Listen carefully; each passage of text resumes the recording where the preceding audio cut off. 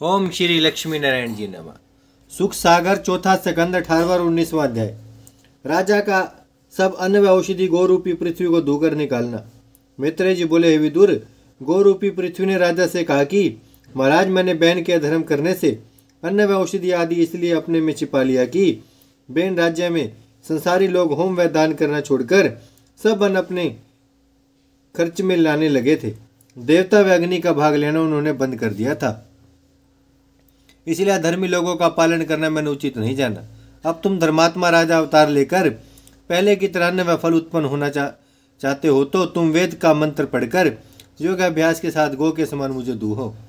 जो कुछ मैंने गुप्त कर लिया है और जिस चीज की तुमको इच्छा हो सब मुझसे दूध की तरह निकलेगी।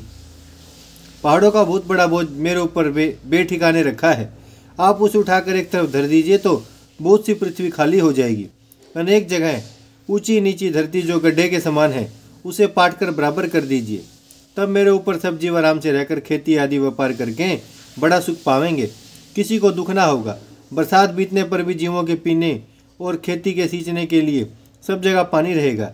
राजा पृथु ने यह वचन सुनते ही अपने धनुष की नोक से पहाड़ों को जो बीच में जगह छेके थे उठाकर उत्तर दिशा में धर दिया, तो तीन तरफ पृथ्वी खाली हो गई और जिस जगह गड्ढे थे वहां पर छोटे छोटे पहाड़ों को रखकर अपने धनुष से ठोक दिया तो वह धरती भी बराबर हो गई। वहां राजा ने बहुत सी जगहों पर नगर व गांव बसाए, जहां पानी की जरूरत थी वहां तालाब, बावली व कुआं आदि बनवा दिया, जिसमें सब जीवों को सुख मिले। तब गौरूपी पृथ्वी ने प्रसन्न होकर कहा, हे पृथ्वीनाथ, अब मुझे दूहो, पर दूहने का बर्तन और बछड़े की सूरत अनेक वस्तुओं के निकालने के लिए जुदा जुदा बनाओ, जिसमें सब पदार्थ मुझसे निकलें। पहले भृंगु व दुर्वासा आदि ऋषिवरों ने गौरूपी पृथ्वी को धुआ तो उसमें से वेद निकला। ब्राह्मणों ने प्रसन्न होकर कहा, हम लोगों को यही चाहिए।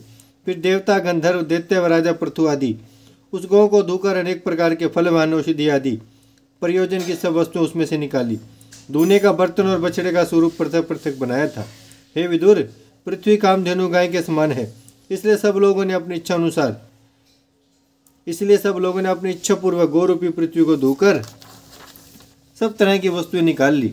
देवता और ऋषिवरों ने पृथ्वी को आशीर्वाद दिया कि पहाड़ व समुद्र आदि का बोझ तुझे कुछ नहीं मालूम होगा, परंतु साधु व ब्राह्मणों को दुख देने वाले धर्मी जब तेरे ऊपर अपना चरण रखेंगे तब तो उनके भार से दुखी होगी। उस समय नारायण जी अवतार लेकर धर्मियों को मारकर तेरा बोझ दूर करेंगे। देवताओं और ऋषिवरों का यह वरदान सुनकर पृथ्वी अपना रूप धरकर राजा पृथु को आशीर्वाद देकर अपने स्थान को चली गई और संसारी जीव अन्न व फल उत्पन्न होने से प्रसन्न होकर अपने कर्म व धर्म में लीन हुए तथा नगर व गांव में सुखपूर्वक रहकर राजा पृथु को आशीर्वाद देने लगे। 19वां अध्याय। राजा पृथु का 100 अश्वमेध यज्ञ कराना। मैत्रेय जी ने विदुर से कहा कि जब सब प्रजा आनंद से रहने लगी तब राजा ने ऋषिवरों और ब्राह्मणों को बुलाकर 100 अश्वमेध यज्ञ का संकल्प किया। वे ब्रह्मावर्त में स्वयंभू मनु के स्थान पर निष्काम यज्ञ करने लगे। सो उनके धर्म के प्रताप से घी, दूध, दही की नदियां प्रकट होकर संसार में बहने लगी। रतन, मोती, सोना, चांदी और तांबा आदि की खाने समुद्र व पहाड़ों में बिना खोदे प्रकट हो गई, इसलिए उनके राज्य में कोई दुखी व दरिद्री नहीं रहा। राजा ने शास्त्र के अनुसार श्यामकर्ण घोड़ा छोड़कर अपनी सेना उसके साथ कर दी। वह घोड़ा 7 द्वीपों में फिरकर चला आया। किसी राजा में ऐसी समर्थ्य नहीं थी जो पृथु का घोड़ा बांध सके। सब राजा उनके अधीन रहकर अपने अपने देश का पैसा उनको देने लगे। इसी तरह राजा ने 99 यज्ञ संपूर्ण करके जब 100वां यज्ञ आरंभ किया और श्यामकर्ण घोड़ा छोड़ा, तब इंद्र ने सोचा कि 100वां यज्ञ संपूर्ण होने पर राजा पृथु मेरा इंद्रासन छीन लेंगे, इसलिए इस घोड़े को बांध लेना चाहिए जिसमें 100 यज्ञ संपूर्ण ना होने पावे। ऐसा विचार कर इंद्र अपने बेटे से बोला कि तू जाकर यह घोड़ा किसी तरह पकड़कर हमारे पास ले आ। जब इंद्र का बेटा घोड़े को पकड़ने के लिए आया तब उनके साथ बड़े बड़े योद्धा देखकर डर के मारे उसे पकड़ नहीं सका और इंद्र के पास जाकर बोले कि मेरी समर्थ्य नहीं है कि मैं घोड़े को पकड़ सकूं, तुम में बल हो तो पकड़ लाओ। यह वचन सुनकर इंद्र ने विचारा कि राजा पृथु बड़े धर्मात्मा और बलवान हैं, उनके सम्मुख लड़कर हम घोड़ा नहीं ला सकते, इसलिए कुछ छल करके घोड़ा लाना चाहिए। ऐसा विचार कर इंद्र योगी का रूप बनाकर घोड़े के पास गया। तब राजा के नौकरों ने योगी समझकर उसको वहां जाने से मना नहीं किया। तब इंद्र उस घोड़े की बाग पकड़कर आकाश मार्ग से अपने लोक को ले चला। राजा के सैनिकों ने यह हाल देखकर राजा से कहा कि महाराज, एक मनुष्य योगी का रूप बनाकर घोड़े को आकाश में उड़ा ले गया है। यह वचन सुनते राजा ने ब्राह्मणों से पूछा कि तुम अपनी ज्ञान दृष्टि से देखो, वह योगी कौन है जो हमारा घोड़ा ले गया। ब्राह्मणों ने दिए हुए दृष्टि से देखकर कहा, हे राजन, तुम्हारा घोड़ा इंद्र इस डर से अपने लोक में ले लिए तुम्हारा घोड़ा इंद्र इस डर से अपने लोक में लिए जाता है कि सो यज्ञ संपूर्ण होने पर मेरा इंद्रासन छूट जाएगा। यह वचन सुनकर राजा बोले, मैं इंद्रलोक लेने की इच्छा नहीं रखता, परंतु इंद्र मेरा यज्ञ बंद करना चाहता है, इसलिए घोड़ा अवश्य मंगवाना चाहिए। ब्राह्मणों से यह कहकर राजा ने अपने पुत्र विजिताश्व को आज्ञा दी कि तू अभी जाकर घोड़ा ले आ। राजा ने अत्रि मुनि को भी उसके साथ कर दिया। अत्रि मुनि और विजिताश्व जब इंद्रलोक के पास पहुंचे तब इंद्र को घोड़ा लिए हुए जाते देखा। राजकुमार ने सर्वंत नामक बाण धनुष पर धरकर जैसे चाहा कि इंद्र की छाती में मारे, वैसे इंद्र अपने प्राण के डर से घोड़ा वहीं छोड़कर अंतर ध्यान हो गया। विजिताश्व ने घोड़ा पृथु के पास लाकर इंद्र के भागने का हल कहा।